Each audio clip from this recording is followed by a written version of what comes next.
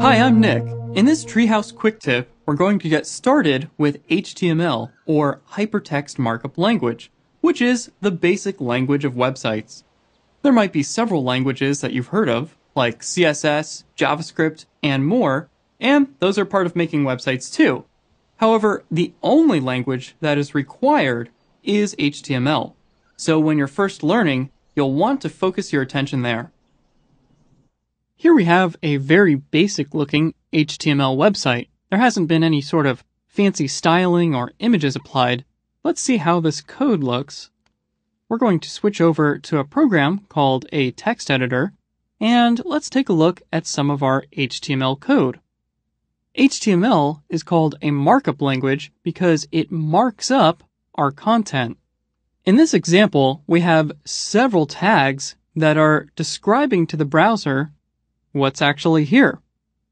We have headline elements like this H1 here and this H2, which are just like headlines in a newspaper. Then there are paragraph elements represented by these P tags here and here. It's actually pretty simple. If a block of text is a paragraph, then you should wrap it in a paragraph element. In addition, we have the overall structure of the document, which is represented by the HTML, head, and body tags. The body is where all the visible parts of your document will go. The head is where you can include things like the title of your website or other files such as JavaScript and CSS.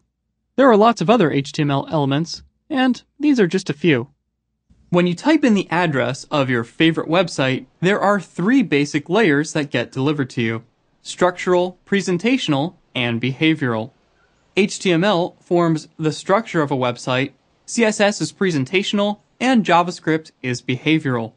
In other words, HTML is how you write your content, CSS makes it look pretty visually, and JavaScript makes it interactive. While CSS and JavaScript aren't always necessary, you will always need HTML. If you'd like to see more advanced videos and tutorials like this one, go to teamtreehouse.com and start learning for free.